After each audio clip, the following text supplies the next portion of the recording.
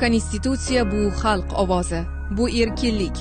Konstitutsiya o'z fikrlarimizni ifoda etish, e'tiqod va orzularimizni qo'rqmasdan amalga oshirish imkoni. Konstitutsiya bu adolat va tenglik.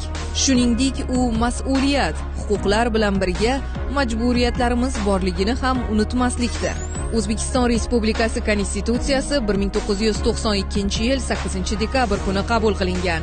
2023-yil 30-apreldagi referendumda qabul qilingan O'zbekiston Respublikasi Konstitutsiyasi to'g'risidagi Konstitutsiyaviy qonuni 1-maydan kuchga kirdi. Konstitutsiya mamlakatning butun hududida oliy yuridik kuchga ega va to'g'ridan-to'g'ri amal qiladi. Yangilangan Konstitutsiyada moddalar soni 128 tadan 155 taga, normalar soni 275 tadan 434 taga oshdi. Ya'ni xalqimiz takliflari asosida yangilanib, asosiy qonunimiz matni qariyb 65% ga ortdi. Avvalgi O'zbekiston Respublikasi Konstitutsiyasida tashqi siyosat bobi faqatgina bitta moddadan iborat bo'lgan bo'lsa, yangilangan Konstitutsiyada esa ushbu bobga yana bir modda qo'shildi.